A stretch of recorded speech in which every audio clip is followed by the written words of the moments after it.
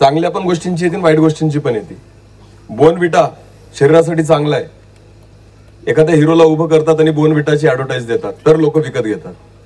दारू शरीरासाठी वाईट आहे, तरी सुद्धा एखाद्या सेलिब्रिटीला उभं करतात आणि त्याला दारूची ऍड करायला लावतात, लोक पितात. म्हणजे चांगलं सुद्धा विकलं केव्हा जातं? जेव्हा त्याची जाहिरात होते. आणि वाईट पण केव्हा विकलं जातं? जेव्हा त्याची जाहिरात होते. तुम्हाला माहिती, देवाला पण सहज लोक नाही ओळखत. देवाला पण लोक तेव्हा ओळखतात जेव्हा त्याची जाहिरात होते. हालेलुया. आणि देवाची जाहिरात बोलून नाही होत, देवाची जाहिरात वागून होते. जर मी प्रेम करतोय तर हा स्वभाव कोणाचा आहे? देवाचा का सैतानाचा? पण मी राग करतोय तर हा स्वभाव कोणाचा आहे? देवाचा का सैतानाचा? जर मी दया करतोय हा स्वभाव कोणाचा आहे? देवाचा का सैतानाचा? पण जर मी द्वेष करतोय हा स्वभाव कोणाचा आहे? सैतानाचा का देवाचा? मी चोरी करतोय तर हा स्वभाव कोणाचा आहे? सैतानाचा का देवाचा? पण मी एखाद्याला मदत करतोय हा स्वभाव कोणाचा आहे? देवाचा का सैतानाचा? मी एखाद्याची अश्रू पुसतोय हा स्वभाव देवाचा आहे का सैतानाचा? पण मी एखाद्याला लाथाबुक्क्याने मारतोय हा स्वभाव देवाचा आहे का सैतानाचा? देवाबद्दल सांगू नका, देवाबद्दल जगा. देव बोलल्याने नाही दिसत, देव वागल्याने दिसतो. हालेलुया. परमेश्वर कसा आहे ना हे मी तुम्हाला सांगू नाही शकत, पण परमेश्वर कसा आहे हे मी तुम्हाला दाखवू शकतो. जगाला देव बोलून नाही समजणार, जगाला देव दाखवून समजेल. हालेलुया. कारण हे जग असं आहे ना, चांगलं पण तुम्हाला पटवून द्यावं लागतं आणि वाईट सुद्धा पटवूनच द्यावं लागतं. म्हणून जगामध्ये दोन व्यापारी आहेत. एक परमेश्वर जो चांगलं विकतोय आणि दुसरा सैतान जो वाईट विकतोय. पण आपल्याला माहितीये कसं काय ओळखायचं बरं मी कोणाचा व्यापार करतोय? आपल्या स्वभावावरून. कशावरून? स्वभावावरून. मी कोणाचं गिराईक आहे, देवाचं का सैतानाचं? हे मनुष्याने कसं ओळखायचं माहिती का? स्वतःला आरशात पाहायचं. बोला, कुठं पाहायचं? मी खोटं बोलतोय का? मग मी कोणाचं गिराईक आहे? देवाचं का सैतानाचं? मी शिव्या देतोय का? मी कोणाचं गिराईक आहे? देवाचं का सैतानाचं? मी लबाड्या करतोय, मी कोणाचं गिराईक आहे? देवाचं का सैतानाचं? पण मी जर प्रेम करतोय तर मी कोणाचं गिराईक आहे? देवाचं का सैतानाचं? मी खरं बोलतोय, मी कोणाचं गिराईक आहे? देवाचं का सैतानाचं? अरे बोलत जा. अजून सुरू नाही केलंय आपण, मी फक्त तयारी करतोय. हालेलुया. हे वॉर्मअप चालू आहेत. काय चालू आहेत? वॉर्मअप चालू आहेत. मी तुम्हाला सांगतो, मोठ्या गोष्टी बोलणं फार सोपं असतं, वागणं फार कठीण असतं. हे बायबल असं सांगतं, सत्य तुम्हाला कळेल आणि सत्य तुम्हाला बंधमुक्त करेल. काय कळेल? सत्य. बोला, काय सत्य? काय बरं? काय वाटतं आपल्याला सत्य काय आहे? नीट लक्ष द्या. माझ्या मते सत्याची व्याख्या काय मी तुम्हाला सांगतो. जे माणसाला ऐकायला नाही आवडत ते काय? सत्य. आणि जे माणसाला बोलायला पण नाही आवडत ते काय?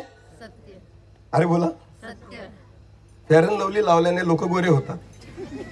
हे कितपत सत्य? हे कितपत सत्य? माहिती आपल्याला किती खरं किती खोटं, पण तरी सुद्धा आपल्याला ऐकायला आवडतं का नाही आवडत? अरे बोला ना. क्लोजअप लावल्याने दातातून प्रकाश पडतो. अजून नाही पडला, कोणाच्याच दातातून पडला नाही, पण दाखवतात. आपण विश्वास ठेवतो आणि विकत घेतो. मी तुम्हाला तेच सांगतो ना, खोटं विकलं जातं लगेच, खरं विकलं जात नाही. कळतंय का मी काय सांगतोय? प्रत्येक गोष्ट जगामध्ये अशीच आहे. मी तुम्हाला सांगतोय, देव मनुष्याला वाटतो की परमेश्वर हा परमेश्वर. तो मी म्हणतो परमेश्वराला बोलून कोणीच नाही दाखवू शकत, परमेश्वराला वागून दाखवू शकतात तुम्ही. आमेन. प्रभू येशू ख्रिस्त देवाचं वचन म्हणतं, तुम्ही ख्रिस्ताला परिधान करा. बोला, काय करा? परिधान करा. म्हणजे काय होतं? मी हा शर्ट परिधान केलाय तर तुम्हाला दिसतोय. बायबल असं म्हणतं, तुम्ही येशू ख्रिस्ताला काय करा? परिधान करा. म्हणजे तो जगाला दिसेल. आमेन. क्रॉस लटकून फिरल्याने मी ख्रिस्तीय समजणार नाही, मी चर्चला जातो म्हणून मी ख्रिस्तीय समजणार नाही, पण जेव्हा माझ्या वागण्यातून ख्रिस्त दिसेल तेव्हा लोकांना समजेल. आमेन. माझ्या बोलण्यातून ख्रिस्त दिसेल तेव्हा जगाला समजेल. आमेन. समजतंय का? हालेलुया. हा, जगाला दाखवावं लागतं, चांगलं पण आणि वाईट पण. जर मला चांगलं बनायचंय ना तर आई बाप शिकवतात, बेटा त्याच्यासारखं हो जो चांगला आहे. हालेलुया. घरामध्ये आपल्या नातेवाईकांमध्ये कोणी नोकरीला असेल ना आणि एक व्यक्ती दारू पित असेल, जो काहीच कामधंदे नाही करत. लहान लेकराला तुम्ही कोणाचं उदाहरण द्याल? बेटा याच्यासारखा हो जो पिऊन फिरतोय, म्हणाल? नाही. कोणासारखं व्हायला लावा? कोणासारखं? जो काय करतोय आता? नोकरी करतोय. बरोबर आहे ना? का? आई वडील म्हणून मला कळतं ना मी कोणाचा आदर्श द्यावा. आमेन. पती पत्नीला सुद्धा चांगलं जीवन जगण्यासाठी कोणाचा तरी आदर्श लागतो. समजते का? पाहिजे ना माझ्यासमोर कोणीतरी आदर्श. एक चांगला पती पत्नी, एक चांगलं वैवाहिक जीवन, एक सुखी वैवाहिक जीवन. आज मी तुमच्या समोर जो उभा आहे ना, त्या बायबल मधून अशाच एका जोडप्याबद्दल सांगायला उभा आहे. आमेन. की ज्याला तुम्ही बघाल त्याची मी ऍडव्हर्टाईज करतोय. का? कारण ते आशीर्वादित झाले, तुम्ही पण व्हाल जर तसे वागला. हालेलुया. नीट लक्ष द्या. एक ऍडव्हर्टाईज यायची टीव्हीवर, पहिले इस्तेमाल करो फिर पेना ही लेना. पहिले इस्तेमाल करो फिर विश्वास करो. म्हणजे काय? वापरून बघा, नाही पटलं तर पैसे परत. बोला पैसे. बायबल मध्ये तशीच गॅरंटी दिलेली आहे. अनुभव घेऊन पहा परमेश्वर किती चांगला आहे. हा, अनुभव घ्या तर स्वीकारा, नाही तर स्वीकारू बळजबरी नाहीये. आमेन. वैवाहिक जीवन आशीर्वादित करण्याचं बायबल मध्ये खूप सुंदर उदाहरण आहेत. जर विश्वास ठेवला तर 100% वॉरंटी होईल. आमेन. होईल. म्हणून मी तुम्हाला सांगतोय, चांगलं जरी करायचं म्हटलं ना तर माझ्यासमोर आदर्श लागतो, आणि वाईट जरी करायचं म्हटलं माझ्यासमोर आदर्श लागतो. आज तुम्हा दोघांना मी प्रश्न करतो की तुम्हाला तुमचं आयुष्य चांगलं जगायचं का वाईट जगायचं? स्वाभाविक. कसं जगायचं? चांगलं. तू पण बोल, कसं बोलाय? चांगलं का वाईट? चांगलं. हा, स्वाभाविक इच्छा आहे मनुष्याची. अडचण काय असते माहिती का? सगळ्यांना करतं चांगलं काय आणि वाईट काय, कळतं पण वळत नाही. अरे बोला, कळतं पण वळत नाही. मला पण नाही वळायचं ना. मला नाही वळायचं. 14 वर्ष झाले मी देवाला स्वीकारलं आणि देवाच्या मार्गात चालतोय. त्याच्या अगोदर दारू पिणं, तंबाखू खाणं, गुटखा खाणं, सिगरेट पिणं, हे सगळं माझं जीवन होतं. हा, शिकलेलो चांगलं, इंग्लिश कळतं मला, बोलता येतं, शिकवतो मी, सगळ्या गोष्टी आहेत. पण तुम्हाला माहिती, चांगलं कळायचं, वळायचं. तंबाखूची पुडी कुठं असायची? माझ्या खिशात. बोला, कुठं असायची? त्याच्यात मोठ्या अक्षराने लिहिलेलं असतं काय? तंबाकू खाना सेहत के लिए अच्छा है, ये खाने से आप तंदुरुस्त रहेंगे, ये खाने से 2 साल आपके बढ़ जाएंगे. लिहिलेलं असतं का? तरी मी कुठं ठेवायचं? बोला, कुठं ठेवायचं? सुंदर बायको दिली देवाने, सुंदर लेकरं दिली. तुम्हाला माहिती, बायकोचा फोटो खिशात नाही, पण सडलेलं तोंड कुठं असतो का नाही? सांगा, त्याच्यावर असतो का नाही फोटो? तंबाखूच्या पुडीवर कसा फोटो असतो? हिरोचा असतो का? नाही. एका सडलेल्या, कॅन्सर झालेल्या तोंडाचा फोटो असतो का नाही? मित्रांनो सांगा मला. ते कॅन्सरचं तोंड कुठं घेऊन फिरतो आपण? खिशात.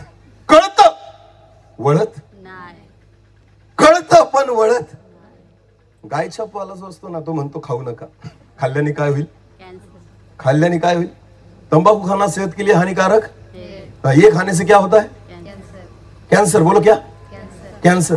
म्हणजे आपल्यापेक्षा जास्त काळजी कोणाला आहे? विकणाऱ्याला. बोला, कोणाला आहे? तो म्हणतो बाबा खाऊ नको, माझा धंदा नाही झाला तरी चालेल, पण तू खाऊ. पण आपण म्हणतो असं कसं? मग तू कसा जगशील? आपल्याला त्याची काळजी. तुझं घर बनलं, मी मेलो तरी चालेल, मी मेलो तरी चालेल, तुला नवीन गाडी भेटली, हे आपली काळजी. कोणाबद्दल? त्या कंपनीवाल्याबद्दल. त्याला कंगाल होऊ द्यायचं. मी मेलो तरी, माझा परिवार रस्त्यावर आला तरी, माझ्या मुलांनी भीक मागितली तरी तू गाडी घेतली पाहिजे. म्हणून मनुष्य स्वतःच्या छातीवर दगड ठेवतो आणि तंबाखू खातो. किती दयावान लोक आहोत आपण, नाही का? किती दयावान की स्वतःचा जीव आपण वेठीस धरतो आणि दुसऱ्याचं पोट भरतो. खरं सांगा मला, तुम्हाला खरंच चांगलं कळतं का आपल्याला? कळतं पण वळत नाही. बोला, कळतं पण वळत नाही. आज मी तुम्हाला सांगतो प्रियांनो, देव सुद्धा लोकांना कळतो पण वळत नाही. देव चांगला आहे हे कळतो, पण माझ्या स्वतःच्या जीवनात ते वळत नाही. त्याच्या चांगुलपणाला मी माझ्या जीवनामध्ये उतरवत नाही. नीट लक्ष द्या. कळून फायदा नसतो, वळून फायदा असतो. आमेन. जेव्हा तुम्हाला एखादी चांगली गोष्ट समोर दिसती ना, ती नुसती बघू नका, त्याप्रमाणे आचरण करा, तुमच्या पण जीवनात फायदा होईल. समजतंय मी काय सांगतोय? म्हणून आज जर तुम्हा दोघांना तुमच्या वैवाहिक जीवनात आशीर्वादित व्हायचंय ना, तर काही चांगली उदाहरणं जेव्हा आपल्या समोर येतात ना, ते ऐकून नुसते घेऊ नका, ते मनावर घ्या. कारण तुम्हाला माहिती का, आता खऱ्या अर्थाने लखन आणि मोनिकाचं खरं जीवन सुरू होईल उद्यापासून. हा, जेवढा आनंद असतो ना, तुम्हाला मी सांगतो, सगळ्यात जबाबदारीचे दिवस इथून सुरू होतील तुमचे. हा, आतापर्यंत बाबा तू स्वतंत्र होता, फ्रीडम काय होतं तुला, काय होतं फ्रीडम. पण आता काय झालं, उद्यापासून तू नाशिकला नुसता, मी तुला सांगतो ना, तू CBS ला गेला, हिचा फोन आला, लखन कुठे, आतापर्यंत नाही, आता नाही तसं. हा, शालीमारला गेला, एवढा टाइम का भर लागला, आतापर्यंत नाही, पण इथून पुढं अधिकार झाला ना, उद्यापासून काय झाला मोनिकाचा अधिकार. एवढा टाइम का, उद्यापासून बऱ्याच गोष्टी बदलणार आहेत तुझ्या. हालेलुया. हा टर्निंग पॉइंट आहे आयुष्याचा. काय लोकांना वाटतं 12वी पास झालं, वाटतं नाही रे बाबा, लग्न सगळ्यात मोठा टर्निंग पॉइंट आहे. हा, जीवनाला सगळ्यात मोठी कलाटणी जर कुठे भेटत असेल ना, तर लग्नानंतर भेटते. एक तर तुम्ही आशीर्वादित होतात खूप, एक तर तुम्ही खुश होतात खूप, एक तर तुम्ही आनंदित होतात, एक तर हा असा लाडू आहे जो खाल्ला तरी पस्तावला आणि नाही खाल्ला तरी पस्तावला. म्हणून आपल्यासारखे लोक खाऊन पस्तावलेले चांगले. हा, न खाऊन पस्तावण्यापेक्षा खाऊन पस्तावा ना. पण मी तुम्हाला सांगतो, जर आपण देवाच्या इच्छेप्रमाणे वागलो ना, पस्तावा येणार नाही. तुमचं लग्न परमेश्वर आशीर्वादित करेल. आमेन, आमेन. आज देवाच्या वचनातून एक गोष्ट वाचू आपण. चला बरं, काढा पहिले पेत्र, काढा पहिले पेत्र.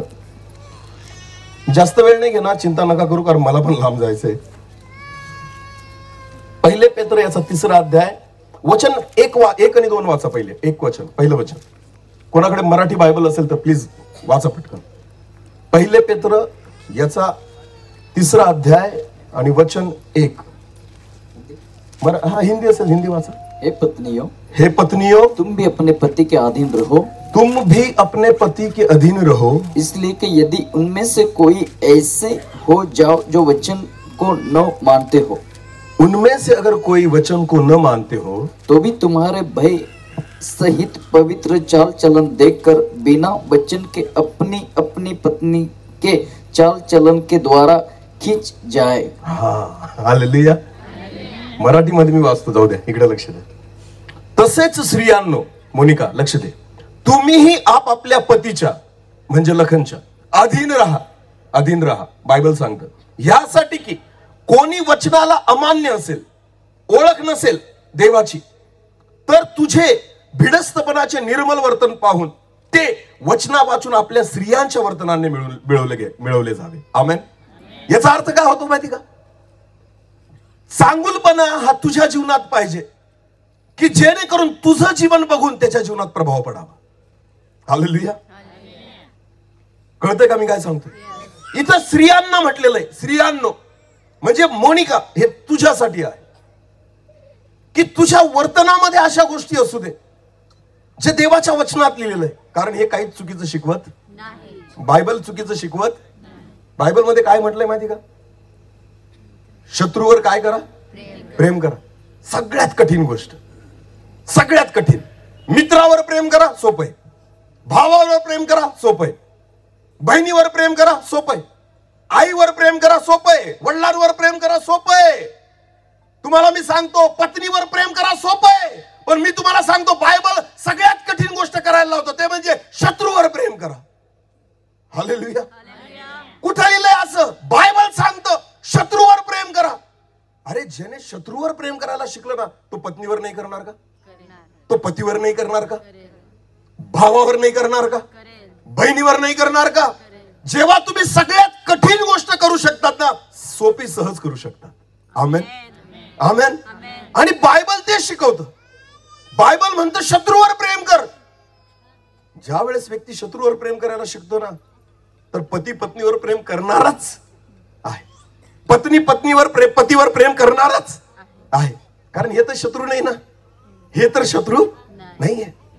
म्हणून मी सांगतो, ज्या वेळेस वचन तुझ्या जीवनामध्ये असेल ना आणि त्या वचनाप्रमाणे तू चालशील ना, आपोआप त्याचा प्रभाव लखनच्या जीवनात पडेल. मनुष्य आहे, प्रत्येक व्यक्ती, राग येतो प्रत्येकाला.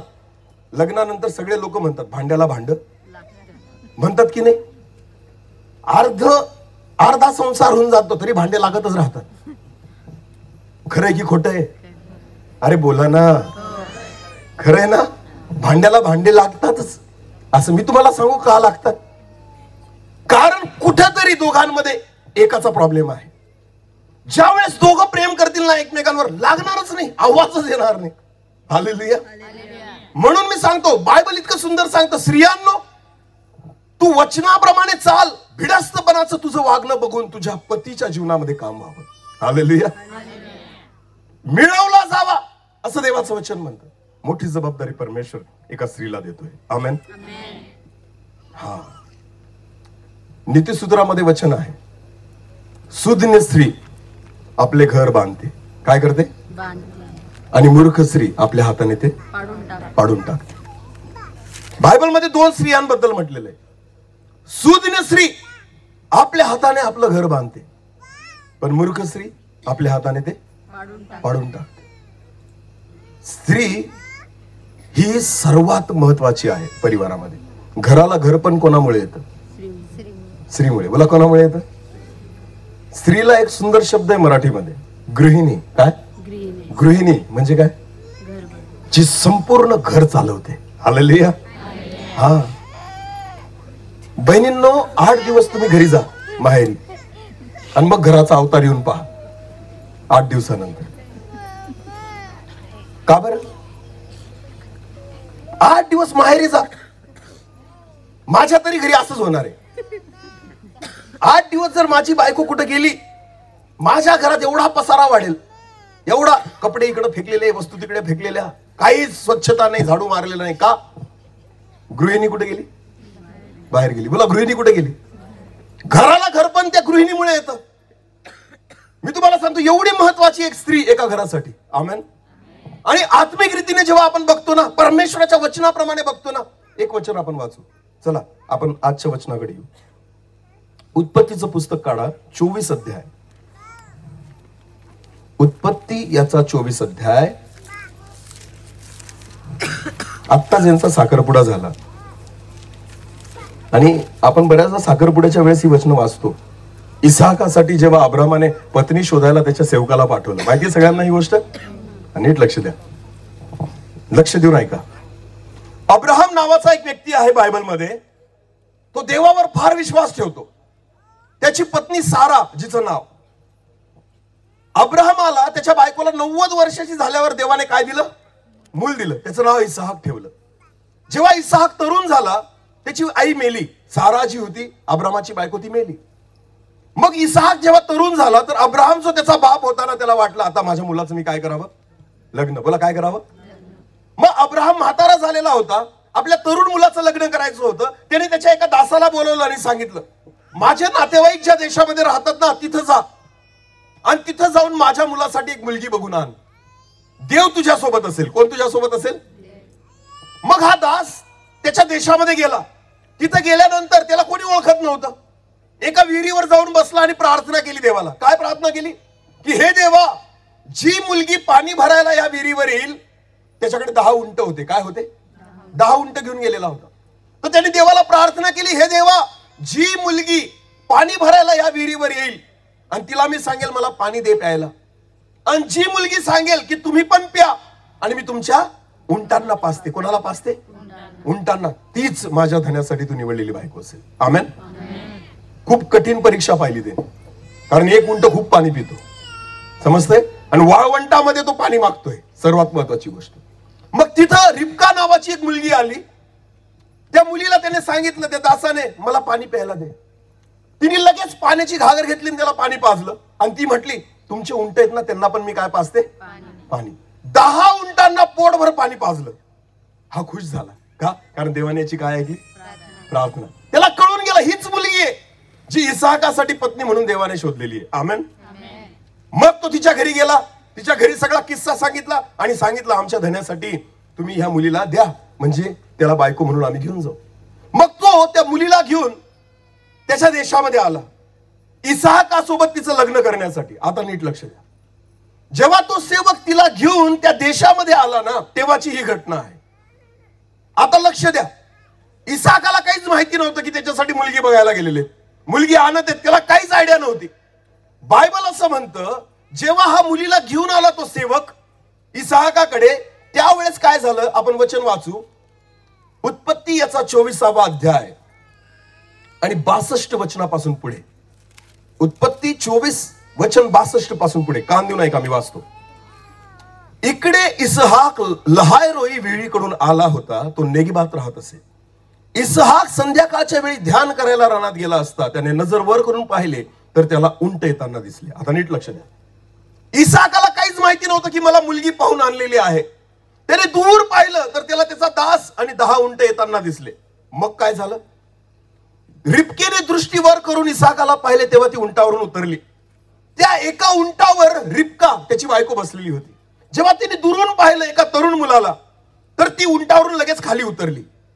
तिच्या मनात आलं हा कोण आहे. तिने त्या सेवकाला विचारले, हा रानात आपल्या समोर येत आहे तो कोण. सेवक म्हणाला, हा माझा धनी. तेव्हा तिने बुरखा घेऊन आपले अंग झाकले. नीट लक्ष द्या. जेव्हा तिने त्या तरुण पुरुषाला पाहिलं तिने त्याच्या सेवकाला विचारलं, हा जो समोरून येत आहे तो कोण. त्या सेवकाने सांगितलं, हाच तुझा होणारा नवरा आहे. हालेलुया. बायबल म्हणतं तिने लगेच स्वतःचा चेहरा झाकला बुरख्याने. का. कारण पत्नी होणार आहे ती. समजतंय तुम्हाला. तिने स्वतःला झाकलं असं बायबल म्हणतं. आता नीट लक्ष द्या. मग आपण काय केले ते सर्व त्या सेवकाने इसहाकाला सांगितले.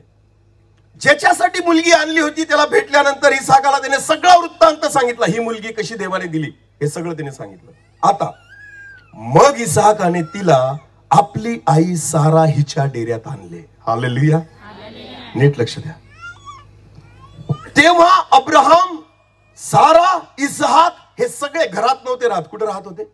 डेऱ्यात. बोला कुठे राहत होते. डेरा म्हणजे काय. तंबू. बोला डेरा म्हणजे काय. तंबू.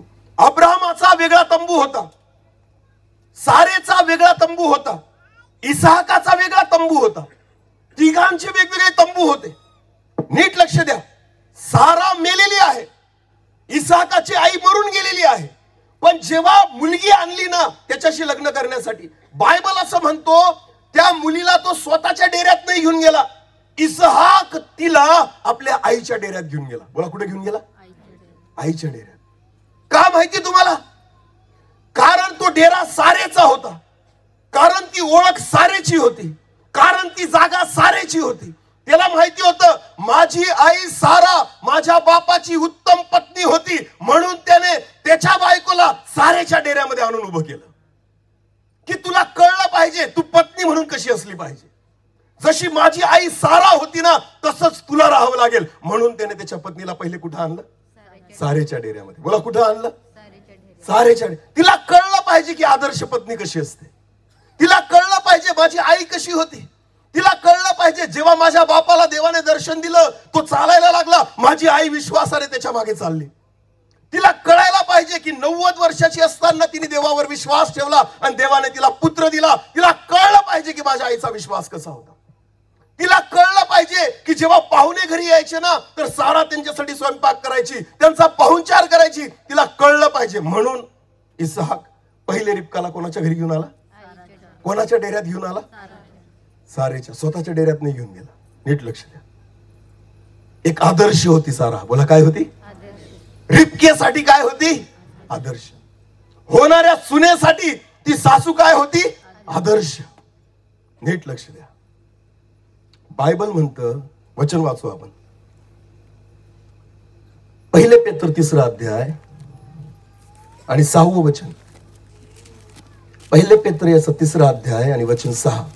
जैसे सारा अब्राहम की आज्ञा में रहती, जैसे सारा अब्राहम की आज्ञा में रहती और उसे स्वामी कहती थी, और उसे स्वामी कहती थी, इस प्रकार तुम भी यदि भलाई करो, इस प्रकार मोनिका तुम भी अगर भलाई करो और किसी प्रकार के भय से भयभीत न हो, और किसी प्रकार के भय से भयभीत न हो तो उसकी बेटियां ठहरोगी, तो उस सारा की बेटियां ठहरोगी. आमेन. आमेन. देवाची इच्छा काय माहिती का. प्रत्येक पत्नीने कोणासारखं व्हावं? सारेसारखं. बोला, कोणासारखं व्हावं? म्हणून इसाक तिला कोणाच्या डेऱ्यात घेऊन आला? सारेच्या. प्रत्येक भगिनींनी, प्रत्येक बहिणीने सारेच्या डेऱ्यात येणं गरजेचं आहे. हालेलुया. प्रत्येक बहिणीने सारेच्या डेऱ्यामध्ये येणं गरजेचं आहे. का? कारण ती एक आदर्श पत्नी होती. तिच्या पतीच्या अधीन राहणारी होती. तिच्या पतीवर प्रेम करणारी होती. तिच्या पतीचा आदर करणारी होती. तिच्या पतीचं भय मानणारी होती. तिच्या पतीसोबत चालणारी होती. तिच्या पतीला सपोर्ट करणारी होती. आणि म्हणून इसाकाने त्याच्या पत्नीला, होणाऱ्या पत्नीला सारेच्या डेऱ्यामध्ये आणलं की ही आहे पत्नी, अशी असती पत्नी, आणि तुला असं व्हावं लागेल. आमेन. रिबका कष्टाळू होती, कारण 10 उंटांना काय पाजलं? पाणी. पण नुसतं कष्टाळू होऊन चालणार नाही. तू चांगली पण असली पाहिजे, तू अधीन पण असली पाहिजे, तू देवाचं भय बाळगणारी पण असली पाहिजे. नुसते श्रम, नुसते कष्ट काही कामाचे नाही, देवाचं भय असणं गरजेचं आहे. हालेलुया. आणि त्याच वेळेस एक संसार जो असतो तो आशीर्वादित होतो. जसं पास्टरांनी एक वचन वाचलं, परमेश्वर जर घर बांधत नाही, बांधणाऱ्याचे श्रम व्यर्थ आहेत. तुम्ही सिमेंटचं घर बांधू शकतात, तुम्ही सोन्याचं घर बांधू शकता, पण तुम्हाला माहितीये ते राहण्याच्या उपयोगाचं नाही राहणार जोपर्यंत त्या घरात शांती, प्रेम आणि आनंद राहणार नाही. हालेलुया. सिमेंटचं जे बांधलेलं असतं ना ते घर नसतं. मी तुम्हाला सांगतो, नीट लक्ष द्या. समजा एखादं स्लॅबचं मोठं घर मी बांधलं आणि त्याच्यात मी आणि माझा परिवार राहतोय, तर कोणी पण म्हणेल हे शिंदे सरांचं काय आहे? घर आहे. बोला, शिंदे सरांचं काय आहे? घर आहे. त्याच घरातून आम्ही बाहेर निघालो, सगळं सामान बाहेर काढलं आणि गाई आणि म्हशी बांधल्या त्या घरामध्ये, तर लोक काय म्हणतील? हा शिंदे सरांचा काय? गोठा. काय कालपर्यंत काय होतं, आज काय झालं? बांधकाम जे आहे ना, स्ट्रक्चर, त्या स्ट्रक्चरने नाही ठरत ते घर आहे, त्याच्यात कोण राहते त्याच्याने ठरतं ते काय आहे. हालेलुया. घर हे आत राहणाऱ्या व्यक्तींद्वारे बनतं. बाहेरून जे आपण बनवतो ते घर नसतं, आत जे आपण राहतो ते घर असतं. हालेलुया. घरासाठी सिमेंटची गरज नसती, घरासाठी प्रेमाची गरज असते, घरासाठी जिव्हाळ्याची गरज असते, घरासाठी नात्याची गरज असते. हालेलुया. अनेक लोकांकडे करोडोचे बंगले हो, रात्री झोपताना काय घ्यावी लागते? गोळी. याला घर नाही म्हणत, याला घर म्हणत. मला ना बाहेर झोप नाही लागत लवकर, पण घरी गेलो ना लगेच झोप लागते, यालाच घर म्हणतात. हॉटेलमध्ये जा, 5 स्टार हॉटेलमध्ये, तशी झोप येणारच नाही जशी कुठे येते. हा, चांगल्या रेस्टॉरंट मध्ये जेवण करा, तसं अन्नाची चव लागणारच नाही जशी कुठे लागते. यालाच घर म्हणतात. हालेलुया.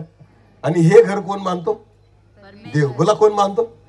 बाकीचे घर इंजिनियर बांधतात, बाकीचे घर आर्किटेक्ट बांधतात, बाकीचे घर मिस्त्री बांधतात, पण तुम्हाला माहितीये जे आतलं घर असतं ना ते देव बांधतो. हालेलुया. पती, पत्नी, लेकरं, नातेवाईक, या सगळ्या गोष्टींमधला जो जिव्हाळा आहे, प्रेम आहे ना, हे सगळं बांधण्याचं काम कोण करतो? परमेश्वर. बायबल म्हणतं परमेश्वर जर घर बांधत नाही, बांधणाऱ्याचे श्रम व्यर्थ आहे. हालेलुया. मी सांगतो, घरात आहे ना काही नसू द्या, पण घरात शांती असली पाहिजे. काय असली पाहिजे? शांती. नाही तर काही फायदा नाही करोडोचं घर बांधून. गोळी घेऊन झोपावं लागत असेल तर उपयोग काय मला सांगा त्या घराचा? आहे काही उपयोग? काहीच उपयोग नाही हो, काहीच उपयोग नाही. लोकांना कौतुक असतं, मी एवढं मोठं घर बांधलं, मग काय? प्रेम दाखव तुझ्या घरामध्ये, शांती दाखव तुझ्या घरामध्ये, आनंद दाखव तुझ्या घरामध्ये, सगळे मिळून जेवण करताय तो सीन दाखव तुझ्या घरामध्ये. आज लोकांकडे करोडोंचे बंगले, नाते नाही राहिले, जिव्हाळा नाही राहिला, प्रेम नाही राहिलं. आई बापांना माहिती नसतं लेकर कुठं फिरतायत. हा, माहिती नसतं त्यांना, आणि लेकरांना माहिती नसतं आई बाप कुठे कुठे गेलेले. का? याला घर म्हणत नाही, याला घर म्हणत. माझा परमेश्वर जेव्हा घर बांधतो ना, त्या घरात प्रेम असतं. आमेन. त्याच्यामध्ये एकमेकांचं नातं घट्ट असतं. हालेलुया. हा, अब्राहम आणि सारा एकमेकांवर प्रेम करायचे. आमेन.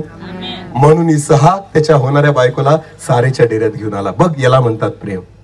जर तुला माझ्याशी लग्न करायचंय ना, तर बघ, हे आहे ते प्रेम. तुला माझ्या आईसारखं व्हावं लागेल. तू सुंदर असू शकते, तू चांगली दिसायला असू शकते, तू कष्टाळू असू शकते, एवढं असून चालणार नाही. तुला माझ्या आईसारखं व्हावं लागेल, जी देवाचं भय बाळगणारी होती. हालेलुया. जी माझ्या बापाची आज्ञा मानणारी होती, त्याच्या अधीन राहणारी होती, त्याचा आदर करणारी होती. आमेन. हा, म्हणून तो इसहाक जो आहे ना, तो रिबकेला आईच्या डेऱ्यात घेऊन गेला. आमेन. बहिणींनो, सारेच्या डेऱ्यात येऊन उभं राहा. हा, कारण बायबल म्हणतो जशी सारा अब्राहमाच्या आज्ञेत होती, तशी तुम्ही सुद्धा तुमच्या पतीच्या आज्ञेत जर राहिलात आणि कोणत्याच प्रकारची भीती न बाळगली तर तुम्ही तिच्या काय व्हाल? कन्या, मुली व्हाल. आमेन. आदर्श लागतो हो कोणीतरी चांगलं जीवन जगायला. आणि बायबल मध्ये अब्राहम आणि सारा एक असं जोडपं आहे जे आदर्श आहे. आमेन. त्यांचे लेकरं पण आदर्श होते, त्यांचा परिवार आदर्श होता, आशीर्वादित होता. आमेन. आता हे आपण ठरवायचं की आपण काय करायचं ते. आमेन. हा, आपल्या समोर दोन्ही गोष्ट देव ठेवतो, चांगलं आणि वाईट. तू निवड, तुला काय पाहिजे. कांदी नाही का, नाशिकवरून काही लोक आलेलीत ना, शहरात राहतात. मी तुम्हाला एक उदाहरण देतो. दूधवाला जो असतो ना, दूधवाला, मी पण थोडं बरं आहे, आमचं शहरासारखंच गाव आहे म्हणून तिथं पण तसंच आहे. बंदी लावतो आपण दुधाची. काय लावतो? बंदी ना. तर दूधवाला घरी द्यायला येतो बऱ्याच ठिकाणी आमच्याकडं शहरी भागामध्ये. रोज पहाटे किती वाजता येतो तो? 5 वाजता दूध काढतो आणि 6 वाजेपर्यंत आपल्या दाराशी असतो. बरोबर आहे ना. आपण तोपर्यंत काय असतो? झोपेत असतो. जेव्हा तो दार ठोकतो ना बिचारा, 5 मिनिटं त्याला आपण ठोकू देतो. का? कारण आपण त्यावेळेस साखर झोपेत असतो, आपल्याला पडलेली नसते, आपल्याला माहिती तो आलेला आहे. त्याच्या हॉर्नचा आवाज येतो तरी आपल्याला कळून जातो तो येऊन गेलाय. पण आपण वाट बघतो, हा दार ठोकेल, मी अजून थोडा पडेल आणि मग हळूच निवांत उठेल. तुम्हाला माहिती बिचारा दारात येऊन उभा राहतो थंडीचा, दूध घेऊन. मग दुधासाठी आपण पातेलं घेतो, दार उघडतो आणि मग त्याला म्हणतो, काय रे दूध आणलं? काल जास्त पाणी टाकलेलं होतं. हा, मग तो म्हणतो, साहेब महिना भरला पगार करून द्या, दुधाचे पैसे द्या. त्याला पाणी देतो, काय पैसे मागतो? 70 रुपये लिटर देतो का? एवढं पाणी टाकतो आणि म्हणतो की 70 रुपये लिटर. बघा तुम्ही. आता मला एक सांगा, दूध शरीरासाठी चांगले का वाईट आहे? बोला, चांगले का वाईट आहे? तरी किती नखरे करतो आपण ना. एवढं पाणी टाकलं, एवढं महाग देतो, आणि तो कुठे येतो बिचारा? आपल्या दारात. बोला, कुठे येतो? आपल्या. बरं, दारूवाला कधी दारात आला का? आला नाही. कोण जातं तिथं? हा, बोला ना, कोण जातं तिथं? आपण. कधी दारूवाल्याला म्हटलं का एवढं पाणी कशाला टाकलं? म्हटलं का? उलट आपण टाकून प्यायलोय म्हणून सांगतो, आता नाही पित. नीट लक्ष द्या. दारू मध्ये माणूस स्वतः काय टाकतो? पाणी टाकतो आणि त्याला म्हणतो कडक. कधी त्याला म्हटलं का 5 रुपये कमी कर असं? अरे बोला नाही.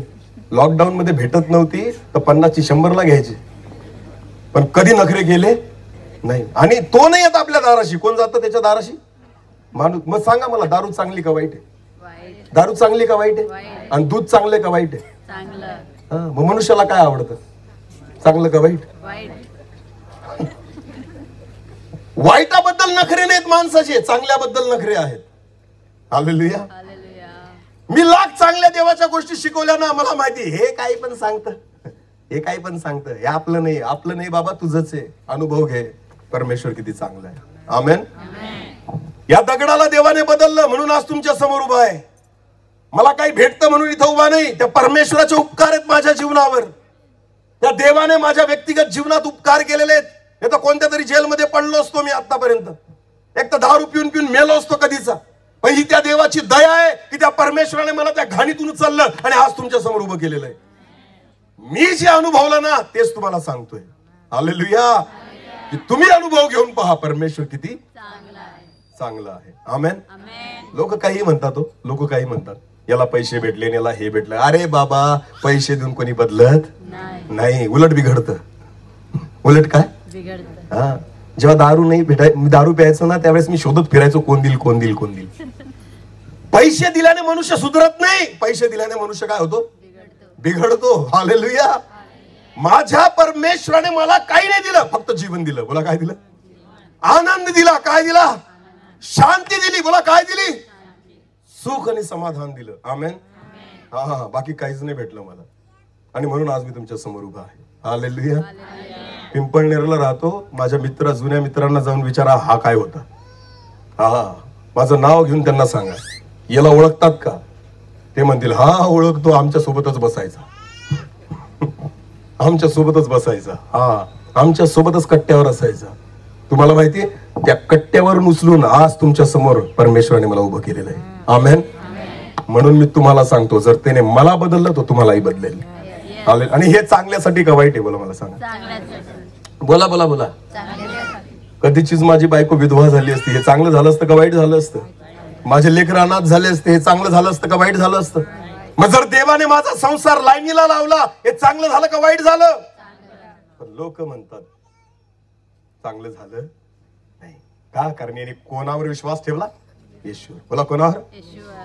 मला काही फरक पडत नाही तुम्हाला काय वाटतं. मी अनुभव केला ना, मला माहितीये माझं जीवन बदललेलं आहे.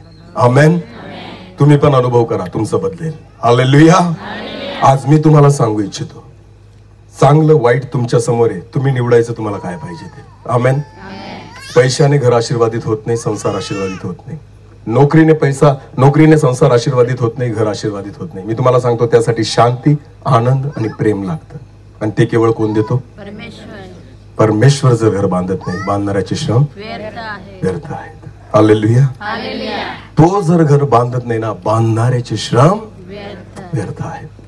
अनुभव घेऊन पहा परमेश्वर किती चांगला. आपले डोळे बंद करू. यावेळेस आपण प्रार्थनेमध्ये जाऊ. सर्वजण आपले डोळे बंद करू. धन्यवाद प्रभूजी, एक सुंदर समय तू आज आम्हाला दिला.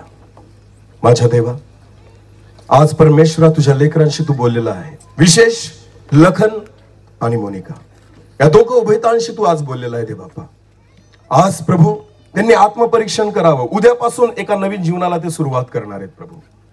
आणि जर तू घर बांधत नाही तर सर्व काही व्यर्थ आहे. त्यांनी त्यांच्या घराला तुला बांधू द्यावं परमेश्वरा.